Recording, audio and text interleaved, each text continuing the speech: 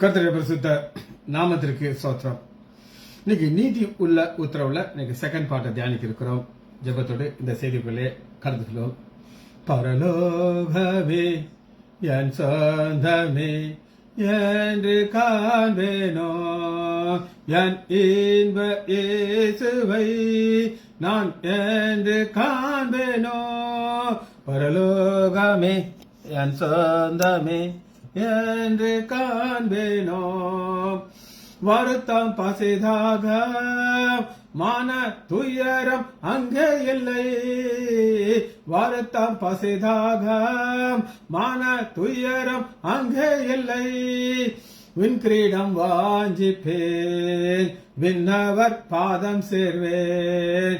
Win கிரீடம் வாஞ்சிப்பேன், விண்ணவர் பாதம் சேர்வேன். பரலோகமே என் சொந்தமே என்று காண்பேனோ. சிலுவாயில் ஆராய்ந்தேன், இனி நான் அல்ல இயேசுவே. சிலுவாயில் ஆராய்ந்தேன், இனி நான் அல்ல இயேசுவே. அவரின் மகிமையே எனது லட்சியமே. அவரின் மகிமையே எனது லட்சியமே. பரலோகமே என் சொந்தமே என்று காண்பேனோ. இயேசு என் நம்பிக்கையாம், இந்த பூமியும் சொந்தமல்ல. இயேசு என் நம்பிக்கையாம், இந்த பூமியும் சொந்தமல்ல. பரிசுத்த சிந்தையோடு இயேசுவை பின்பற்றுவேன். பரிசுத்த சிந்தையோடு இயேசுவை பின்பற்றுவேன். பரலோகமே என் சொந்தமே என்று காண்பேனோ. ஓட்டத்தை ஜெயமுடன் நானும் ஓடிட அருள் செய்வார். ஓட்டத்தை ஜெயமுடன் நானும் ஓடிட அருள் செய்வார். விசுவாச பாதையில் சோராது ஓடிடுவேன். விசுவாச பாதையில் சோராது ஓடிடுவேன். பரலோகமே என் சொந்தமே என்று காண்பேனோ. அழைப்பின் சத்தம் கேட்டு நானும் ஆயத்தமாயிடுவேன். அழைப்பின் சத்தம் கேட்டு நானும் ஆயத்தமாயிடுவேன். நாட்காலம் நெருங்குதே, வாஞ்சையும் பெருகுதே. நாட்காலம் நெருங்குதே, வாஞ்சையும் பெருகுதே. பரலோகமே என் சொந்தமே என்று காண்பேனோ. பளிங்கு நதியோரம் சுத்தர் தாகம் தீர்த்திடுவார். பளிங்கு நதியோரம் சுத்தர் தாகம் தீர்த்திடுவார். தூதர்கள் பாடிட துயோனை தரிசிப்பேன். தூதர்கள் பாடிட துயோனை தரிசிப்பேன். இயேசுவின் நாமத்தினாலே ஜெபங்களின் பிதாவே, ஆமென். கர்த்தருடைய பரிசுத்த நாமத்திற்கு ஸ்தோத்திரம். பாலசுந்தரி பிரைஸ்லாட், லீலா பிரைஸ்லாட். நீதி உள்ள உத்தரவு அப்படின்னா என்ன அர்த்தம்னா, நம்முடைய ஆண்டவர் பதில் கொடுப்பார், வித்தியாசமான பதிலை கொடுப்பார். அதான் நீதி உள்ள தேவன். ஒரு அக்னியை இறக்கி 2 நினைவுகள் உள்ளவங்களை சந்திக்கிறார். நீதி உள்ள தேவன். அக்னியனாலே பதிலளிக்கிற தேவனே நீதி உள்ள தேவன் அப்படின்னு சொல்லி ஒரு மழையை போய் சொல்கிறார். மழையே இல்லாத நேரம், என்னுடைய வாக்கின் படிதான் மழை பெய்யுங்கிறார் எலியா. அது போல செய்து காட்டுகிறார். கையளவு மேகத்தை பார்க்கிறாரு, அது பெருமழையாக பொழிய வைக்கிறார். இப்படி பதில் கொடுப்பார். சாமுவேல் நாட்கள்ல அறுப்பு நேரம், அறுவடை நேரம், சாமுவேல் சொல்றார், நான் ஜெபம் பண்ணுவேன், ஆண்டவர் இடியோடு மழையை கொடுப்பார். பதில் கொடுத்தார். இது நீதி உள்ள உத்தரவு. சரி, இது நம்ம நேற்று பார்த்தோம், போன வாரம் பார்த்தோம்.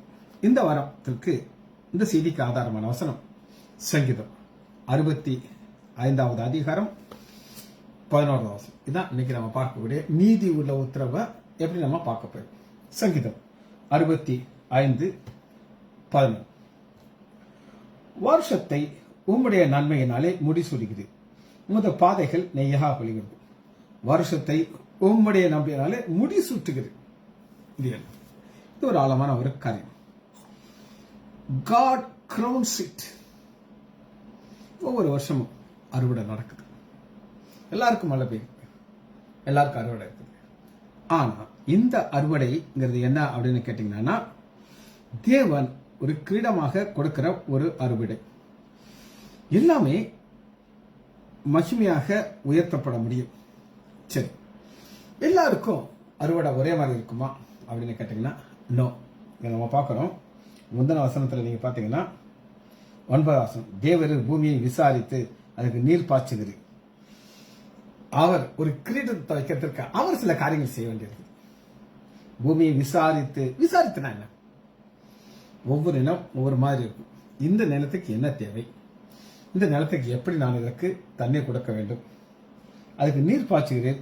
தண்ணீர் நிறைந்த தேவ நதியினாலே அதை மிகவும் செழிப்பாக்குகிறது. கிரீடமாக்குறது செழிப்பாகும். எனக்கு ஒரு தோட்டம் இருக்கு. இந்த தோட்டத்துக்கு ஓனர் என்னென்னமோ செய்யறாரு, ஆனா பிரயோஜனமே இல்லை. அங்க புல்லு தான் முளைக்குது. புல்லு முளைச்சி திடீர்னு ஒரு நாள் தீப்பிடிச்சு ஃபயர் இன்ஜின் வருவாங்க. ஏன் சார் இந்த புல்லெல்லாம் வெட்டக்கூடாதா? அது ஒரு 10-15 ஏக்கரை வச்சிருக்காரு. அவர்ல அது ஒரு பைசா லாபம் இல்லை. நான் தோட்டத்துக்கு போயிடுறேன்னா காலையில போயிடுவாரு. ஆனா இதுதான் காரியம். தேவனத்தில் மிகவும் அதை செழிப்பாக இப்படி நீர் அதை திருத்தி அவளுக்கு தானியத்தை விளைவிக்குது. இந்த தானியத்தை விளைக்கும் போது எல்லாரும் பாக்குறாங்க, நம்மளும் தான் விவசாயம் பண்றோம்.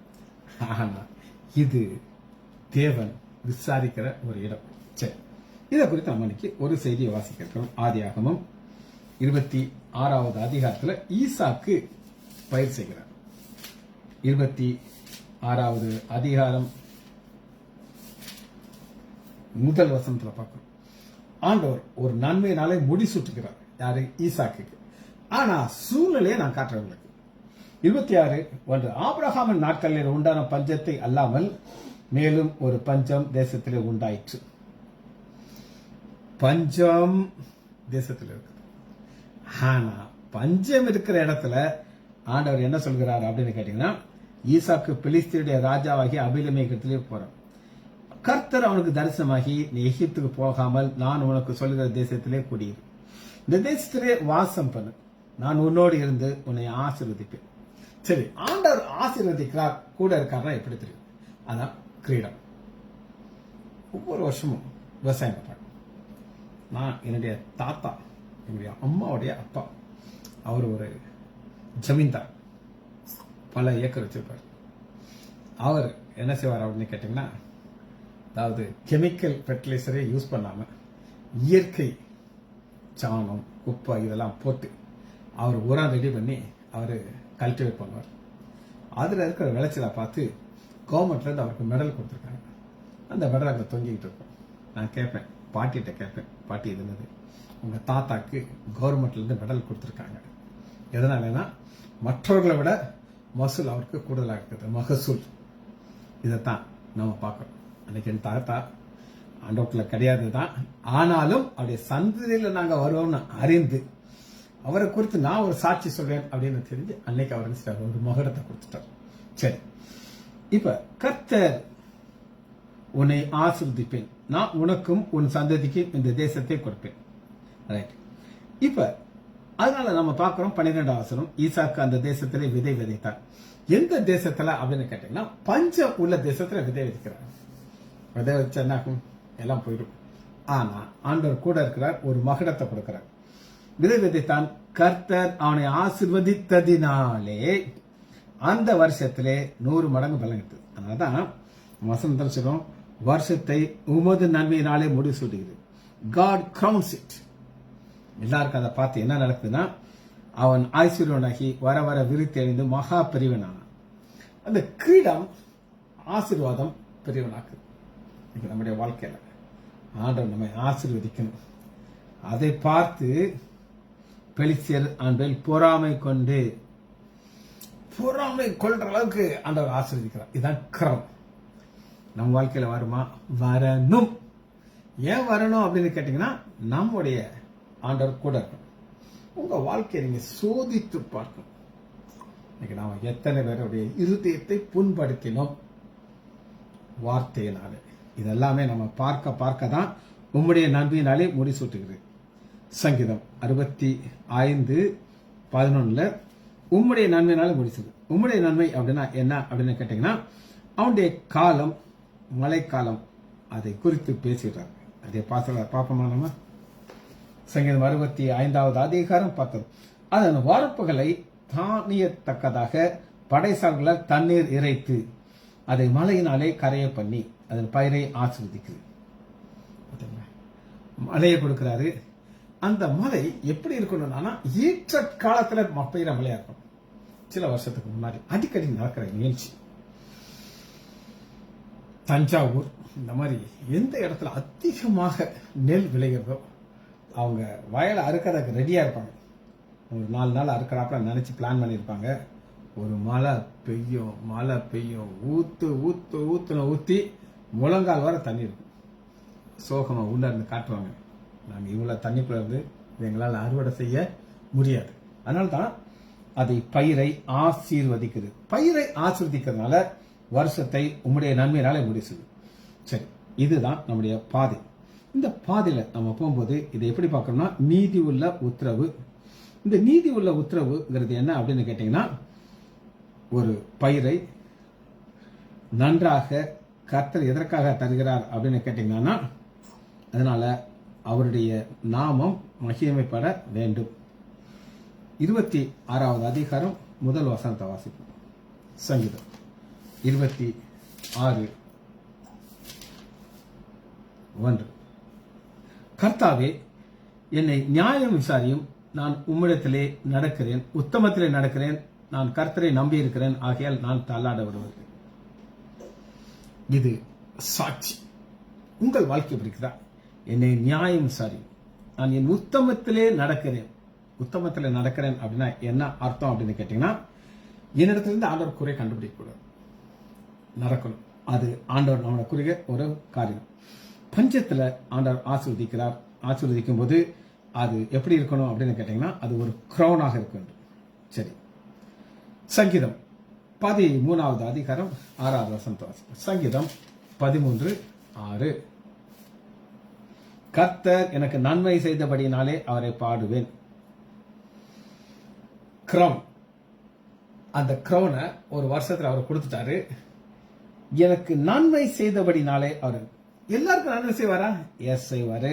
ஆனா முதல் வசனத்தை வாசிக்கிறேன். கர்த்தாவை எதுவரைக்கும் என்னை மறந்திருப்பீர், எதுவரைக்கும் உடைய முகத்தை எனக்கு மறைத்திருப்பீர். எதுவரைக்கும் ஒரு காலம் இருக்கும். அந்த நேரத்தில் ஆண்டவர் தன்னை மறைத்து கொண்டிருப்பார். ஒரு கதை நான் உங்களுக்கு சொல்லியிருக்கேன், திரும்ப நான் உங்களுக்கு சொல்றேன். தங்களை மறைத்துக் கொண்டிருக்கிற தேவன். ஆப்பிரிக்கா தேசத்துல ஒரு காட்டுவாசி கூட்டம் இருக்கு. அதுல அந்த ராஜா என்ன செய்வார் அப்படின்னு கேட்டீங்கன்னா, தன்னுடைய பையன் ஒரு உடல பையனா இருப்பான். அதாவது ஒரு அடல்ட்னு சொல்ல முடியாது, சின்ன பையன் சொல்லுவார். ஒரு 14-15 வயசு அந்த டீனேஜ்ல, வா அப்பா அவனே காட்டுக்கு கூட்டிட்டு போறேன் வேட்டைக்குன்னு சொல்லி அப்பா கூட போயிடறான். திடீர்னு இவன் கையையும் காலையும் கட்டிட்டு காணாம போயிடுறான். இவன் அங்கிருந்து அழுதுகிட்டே இருக்கான். அப்பா ஏன்பா விட்டுட்டு போனேன், அம்மா நீ தேடுவாங்கப்பா, அழுதுகிட்டே இருக்கான். திடீர்னு ஒரு சிங்கம் பாஞ்சு வர சத்தம் கேட்டு, எப்பா சிங்கம் வருதுப்பா அப்படிங்கிறான். சத்தம் நின்று பாம்பு ருசுன வருது, காணா போகுது.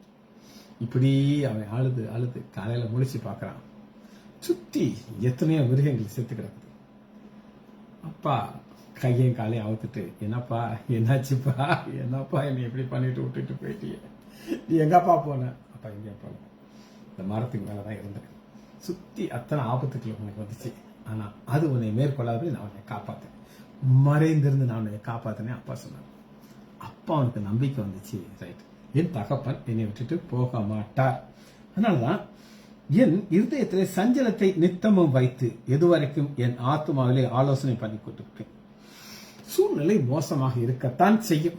அதான் வேதம் சொல்லுது, சூழ்நிலை மோசமா இருக்கும். எனக்கு இந்த காலில் ஒரு கவுட்டுன்னு சொல்லி ஒரு வலி வரும், வந்தா என் சோழி பிடிச்சிடும். நடக்கும்போது கிந்தி கிந்தி நடப்பேன். 2-3 நாள் ரொம்ப நான் கஷ்டப்பட்டேன். நானா ஆண்டவரே சோஸ்திரம் சோஸ்திரம் சோஸ்திரம், எனக்கு ஒரு முள்ள கொடுப்பாரு. அவருக்கு தெரியும் என் காலில் ஒரு வலி வரும். நான் எத்தனையோ பேருடைய கால்களை பார்க்குறேன், அதெல்லாம் கம்பேர் பண்ண. ஒரு நாள் நான் லீவ் எடுக்கவே இல்லை. ஓபிக்கு போவேன், வருவேன். நேற்று வண்டியை நிப்பாட்டிட்டு வரும்போது எங்கள் அண்ணன் கேட்குறாரு, ஒரு மாதிரி நடக்கிற கவுட், கால் வலிக்குது, அவர் பார்த்துக்கிடுவார். இவ்வளவுதான். அப்ப சூழ்நிலை நம்ம பார்க்கக்கூடாது. ஆனா எனக்கு இருக்கிற பிரச்சனை கிடையாது. 3வது என் தேவனாய கர்த்தாவே, நீர் நோக்கி பார்த்து எனக்கு செவி கொடுத்தருளும். நான் மரண நித்திரை அடையாதபடிக்கு என் கண்களை தெரியும். மரண நித்திரை சாதாரண வழி கிடையாதுங்க. டெத். மரண நித்திரைக்கு போகிற ஸ்டேஜில் இருக்கும்போது என் கண்ணை திறந்த தெளிவாக்கும்னா ஒரு நன்மை தான் உனக்கு கிடைக்கும். காரணம் என்ன? கர்த்தர் எனக்கு நன்மை செய்தபடினால் அவரை பாடுவேன். அந்த நன்மை செய்தபடினாலே என்ன நடக்குன்னா என் இருதயம் களி கூறுகள். ஹாப்பினஸ். திரும்ப சொல்றேன், ஒரு மரண நித்திரைக்கு வருகிற தாவீது என்ன சொல்லுகிறாரு? இருதயத்தில் ஒரு குழப்பம் இருக்குது. ஆனா எனக்கு நீ நன்மை செய்வார். அந்த நன்மை எப்படி செய்வார்னா முடி சூடுகிறதற்காக செய்வார். எனக்கு நன்மை செய்தபடினாலே. யாருக்கு? எனக்கு. ஆண்டவர் ஒரு பாதையில தாவீதை கொண்டு போய்கிறார். அது என்ன பாதை அப்படின்னு நான் உங்களுக்கு காட்டுறேன். வாசிப்போம். 1 சாமுவேல் 22வது அதிகாரம் முதல் வசனம். 1 சாமுவேல் 22வது அதிகாரம் முதல் வசனம். தாவீது ஒரு மரண நித்திரையில் இருக்கிறார். கொஞ்சம் செத்து போயிடுவார். தாவீது அவ்விடத்தை தப்பி அதுலாம் என்னும் கெபிக்குள்ளே போனார். கெபிங்கிறது என்ன அப்படின்னு கேட்டீங்கன்னா, ஒரு இருண்ட ஒரு குகை மாதிரி இருக்கு. அதுக்குள்ள என்ன இருக்குன்னே தெரியாது. ஆனா தப்பணுமா இதுக்குள்ள போய் ஒளிஞ்சுக்கிறது. அதை அவன் சகோதரரும் அவன் தகப்பனார் வீட்டார் அனைவரும் கேட்டு அங்கே அவனிடத்திலே போனார்கள். எந்த தகப்பனார் தாவீதை ஒரு பையனே கன்சிடர் பண்ணவே, எந்த சகோதரர்கள் ஒரு கடினமான வார்த்தையில சொன்னார்களோ, இப்ப அவங்க போறாங்க. எப்படி இருக்கும் சொல்லுங்க? அதுதான் பேசிக்கான ஒரு ஆசீர்வாதம். இந்த கெபியில கிடைக்கக்கூடிய ஆசீர்வாதம்னா அப்பா வந்துட்டார், அண்ணன்மார்களா வந்துட்டார்கள். அனைவரும் கேட்டு அங்கே இடத்துல போனார்கள். அங்கே இருக்கிறவர்கள் யார் அப்படின்னு கேட்டீங்கன்னா, ஒடுக்கப்பட்டவர்கள், கடன் பட்டவர்கள், உரிமர்கள் யாவரும் அவனை கூட்டிக் கொண்டு இவனை அவர்களுக்கு தலைவாக்கினார். இந்த பிரகாரம் ஏறக்குறைய 400 பேர் அவனோட கூட இருந்தார்கள். இந்த 400 பேர் சேரும்பொழுது தாவீதுக்கு எப்படி இருக்கும்? தனியா இல்லை. இப்ப இந்த 400 பேர் என்னோட கூட இருக்கிறாங்க. ஒரு நம்பிக்கை ஆண்டவர் கொடுக்கிறார். இதுதான் முடிசூடுகிற அனுபவம். இப்ப ராஜாவாக இவங்களாம் என்ன செய்றாங்க? அக்செப்ட் பண்ணிக்கிறாங்க. சரி, சங்கீதம் 65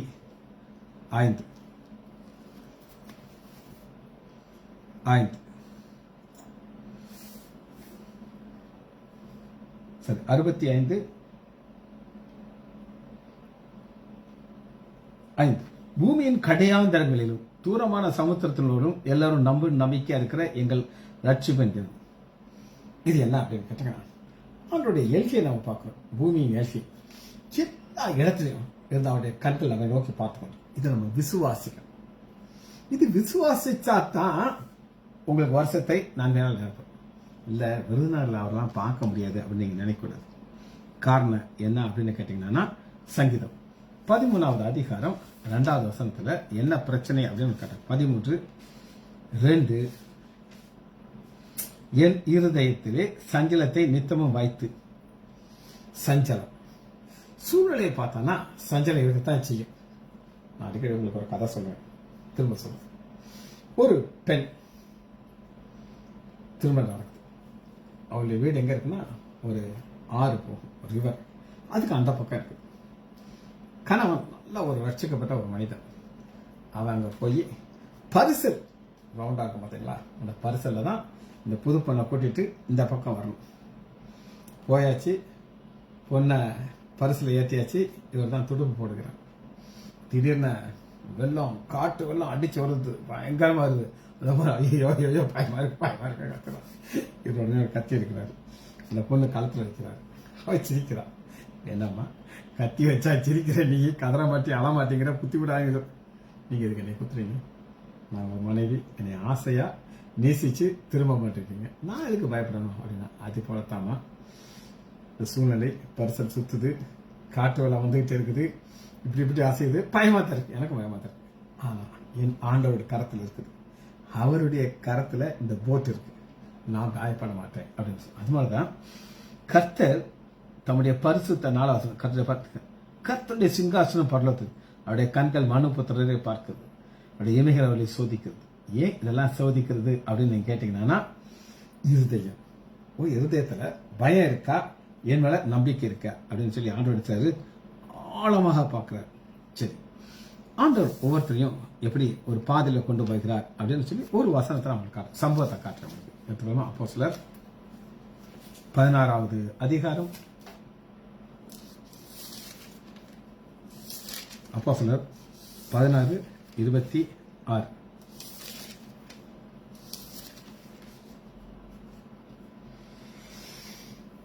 சூழ்நிலையை நான் உங்களுக்கு சொல்றேன். பவுல் சீலா ஜெபம் பண்றதுக்காக போயிட்டு இருக்காங்க, வேற பெரிய தப்பு பண்றது கிடையாது, ஜெபம் பண்ண போயிட்டு இருக்காங்க. பாருங்க 16, அப்போஸ்தலர் 16:16. உங்களுக்கு நான் செய்தி என்ன சொல்லுகிறேன் அப்படின்னா, ஆண்டவர் நன்மையினாலே முடி சூட்டுகிறார், கிரவுன் வைக்கிறார். எதற்காக கிரவுன் வைக்கிறார் அப்படின்னு கேட்டீங்கன்னா, எல்லாருடைய விளைச்சலும் காமனா இருக்கு, ஆனா உங்களுடைய விளைச்சல், ஈசாக்கின் விளைச்சல் 100 மடங்கு இருக்கு. எல்லாரும் அப்படி கண்ணோக்கி பார்க்க, என்னையா இவங்க ஆண்டோடைய பிள்ளை, இவங்க விவசாயம் பண்ணா இப்படி கிடைக்குது அப்படின்னு சொல்லி. அது போல ஒரு சம்பவத்தை நம்ம பார்க்கணும். பவுல் சீலாம் ஜெபம் பண்ணி போற வழியில குறி சொல்ற ஒரு ஆவியுடைய பெண் என்ன சொல்லுகிறா அப்படின்னு கேட்டீங்கன்னா, கரெக்டா தான் சொல்றா, தப்பெல்லாம் சொல்ல மாட்டேங்கிறா. என்ன சொல்கிறார் அப்படின்னு 14, இந்த மனுஷர் உன்னத தேவனுடைய ஊழியக்காரர் ரட்சின் பலியை நமக்கு அறிவிக்கிறார் சத்தமிட்டார். பொய்யே சொல்லல, கரெக்டா சொல்றா. ஆனா பவுலுக்கு தெரியும், இவளை பேச விடக்கூடாது, இவ பேசினா நம்ம இவளுக்கு அடிமையாயிரும். இயேசு நாள் சபிக்கிறா, அந்த ஆவி விட்டுட்டு போயிருக்கு. உடனே அந்த ஓனருக்கு லாஸ் ஆயிடுது. அதனால அவன் இருந்துச்சுன்னா தரன்னு இழுத்துட்டு அங்க உள்ள சீஃப் கையில கொடுத்து, இவனை கொண்டு போய் 2 பேரையும் ஜெயில கொண்டு போய் அடைங்க அப்படின்னு சொல்றாங்க. அதற்கு அவங்க சொல்ற காரணம் என்ன அப்படின்னு கேட்டீங்கன்னா, 20 அவைகளை அதிகாரிகளில் ஒப்பு கொடுத்து, யூதராகிய இந்த மனுஷர் நம்முடைய பட்டணத்திலே கலகம் பண்ணி, ரோமராகிய நாம், இவரே ரோமர் தான், நாம் ஏற்றுக்கொள்ள அனுசரிக்க முறைகளை நமக்கு போதிகள். குற்றச்சாட்டு. ஆண்டவர் சும்மா இருப்பாரா? இப்ப ஒரு கற்பனையை நான் உங்களுக்கு சொல்றேன், இதை நீங்க புரிஞ்சுக்கணும். தூரமா ஒருத்தர் நிக்கிறான், அதெல்லாம் சாத்தான்.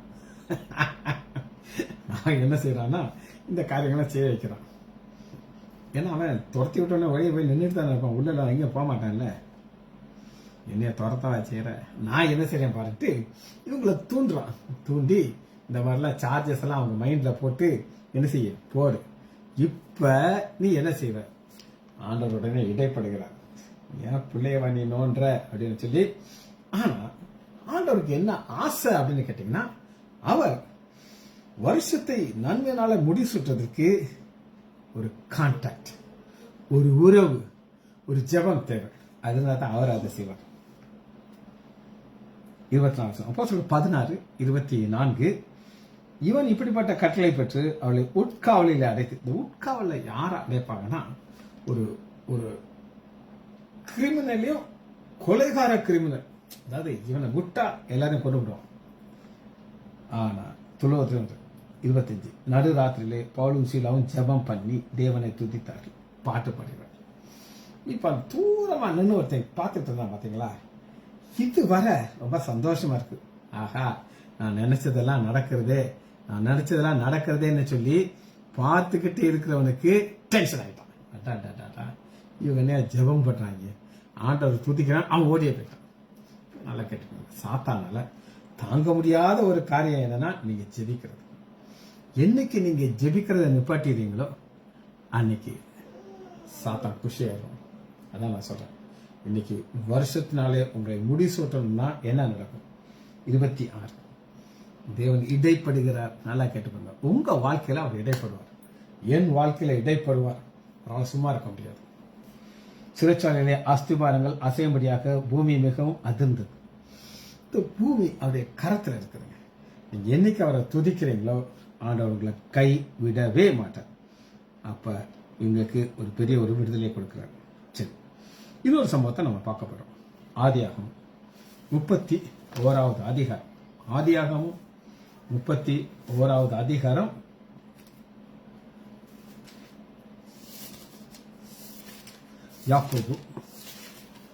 யாக்கோபு என்ன செய்யறார் அப்படின்னு கேட்டீங்கன்னா 31:20 யாக்கோபு தான் ஓடி போனதை சீரியனாகி லாபானுக்கு மாமனாக்கு அறிவித்தார். என்ன நடந்தது நான் உங்களுக்கு சொல்றேன். யாக்கோபுக்கு ஒரு வாஞ்சை, நான் என்னுடைய தகப்பன ஊருக்கு போகணும். அதனால எல்லாரையும் கிளப்புறாரு. கிளப்பிட்டு 21 அப்படியே அவர்கள் தங்களுக்கு உண்டான எல்லாம் எடுத்துக்கொண்டு ஆற்றை கடந்து கீலியாத்து மலையை நோக்கி வந்தார்கள். அப்பொழுது அவன் தன் சகோதரர்களை கூட்டிக் கொண்டு 7 நாள் பிரயாணம் பண்ணி அவனை தொடர்ந்து போய் கீலியாத்து மலையில இருந்தான். அப்ப இவன் நினைச்சா யாக்கோபு மருமகன் தான் கொலை செய்ய முடியும். ஆனா அந்த நேரத்தில் ஆண்டவர் இன்டர்ஃபியர் பண்றார். ஒரு முடி சுற்றார். யாருக்கு முடி சுற்றுனா? யாக்கோபுக்கு. என் பிள்ளாவே நீ தொடவே கூடாது. நல்லா கேட்டுக்கோங்க. நம்முடைய வாழ்க்கையில ஆண்டவர் நம்மளை இடைப்படணும். அதான் முடி சுற்ற அனுபவம். 24 அன்று ராத்திரி தேவன் சீரியனாகிய லாபானுக்கு சொப்பனத்தில் தோன்றி, நீ யாக்கோபோட நன்மை அன்றி தீமை பேசாதபடி எச்சரிக்கையாயிரு. இதாங்க கிரம் முடி சுற்றது. இப்ப அவனுக்கு எவ்வளவு தைரியம் இருந்தாலும் எல்லா சகோதரலாம் கூட இருக்கிறாங்க. 7 நாள் டிராவல் பண்ணி பிடிக்கலான்னு வந்துட்டான்.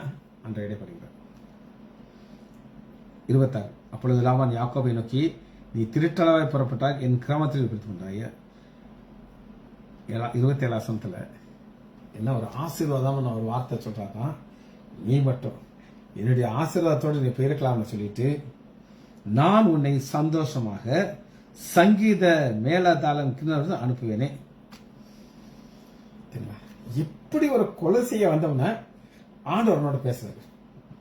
நாங்க கிரம் எங்க ஹாஸ்பிட்டல்ல ஒரு மேனேஜர் ஒருத்தர் இருந்தார். எங்க தம்பிக்கு ரொம்ப அவரை பிடிக்கும்.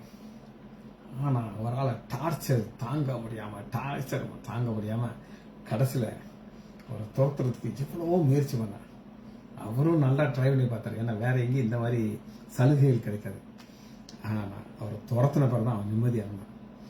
ஆனா இங்க நம்ம பார்க்கிறோம், நான் உனக்கு என்ன செஞ்சிருப்பேன்னா மேலதாளம் கிண்ணற முழக்கத்தோடு அனுப்புவேன். என் பிள்ளைகளை என் முத்தம் செய்ய உங்களுக்கு பொல்லாப்பு செய்ய எனக்கு வல்லமை உண்டு. எனக்கு பவர். ஆனாலும் உங்கள் தேவனாகிய தகப்பனுடைய தேவன் நீ யாக்கோபோட நன்மை என்று எச்சரிக்கையா இருந்துச்சு. இதாங்க கரம். திரும்ப சொல்றேன். வசனத்துக்குள்ள நம்ம இந்த செய்தி முடிக்க போகிறோம். சங்கீதம் 65வது அதிகாரம் 11வது வசனம். வருஷத்தை உம்முடைய நன்மைனாலே உம்முடைய நன்மை. அந்த உம்முடைய நன்மைகள் என்னன்னா உங்களுக்காக ஸ்பெஷலா செய்யுது. எப்படி பவுல் சீலா ஜெயில இருக்கும்போது அவர்களுக்காக அந்த சிறைச்சாலை திறக்கிறார். அவருக்காக ஸ்பெஷலா. யாக்கோபு மனைவி பிள்ளைகளோடு போறாரு. லாபானுக்கு ஒரு சொப்பனத்தை கொடுக்கிறார், காட்டுறார். இதுதான் அவர்களுக்கு செய்யற நன்மை. ஜெபிச்சு முடிப்போமா? மகா இரக்கமும் கிருபையுமுள்ள பிதாவே, துதிக்கிறோம் ஐயா. நீதி உள்ள உத்தரவை கொடுக்க தேவனா இருக்குது. அந்த நீதி உள்ள உத்தரவை ஒவ்வொருவருக்கும் ஸ்பெஷலா கொடுக்கிறது. எங்களுக்கு ஒரு உத்தரவை கொடுக்கிறது ஒவ்வொருக்கும். அப்படிப்பட்ட ஒரு நன்மை எங்கள் வாழ்க்கையில் தருவதற்காக நன்றி. பிள்ளைகள் ஒவ்வொருவரையும் என் ஆண்டவராகிய இயேசு கிறிஸ்துவின் நாமத்தினாலே ஆசீர்வதிக்கிறேன். இயேசுவின் நாமத்தினாலே ஜெபங்கள் பிதாவே. ஆமேன், ஆமேன், ஆமேன்.